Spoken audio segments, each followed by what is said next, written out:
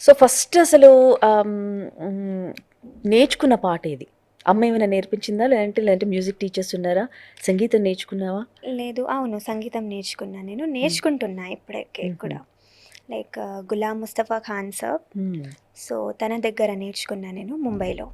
Okay. తను singers like Sonu Nigam, Hariharan ji, A R Rahman అలా సింగర్స్‌కి ట్రైన్ అప్. నేర్పిస్తారు. అవును. సో ఊహ తెలిసిన తర్వాత ఏ పాట నేర్చుకున్నావు నువ్వు? హ్మ్.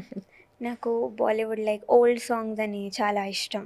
ఓకే. సో, లైక్ చిన్నప్పుడు నేను అదే పాడుతున్నా. లైక్ అప్పుడు చిన్నప్పుడు నుంచి.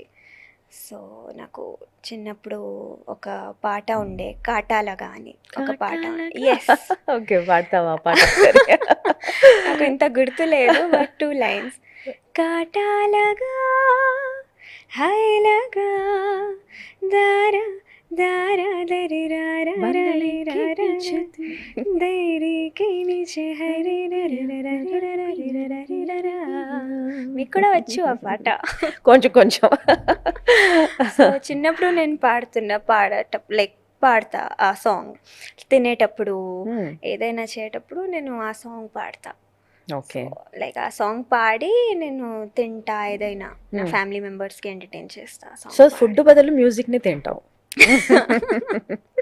అదే అవును. డ్రింక్, అదే ఫుడ్. అవును. So music is your food. Yes. అవును. ఓకే.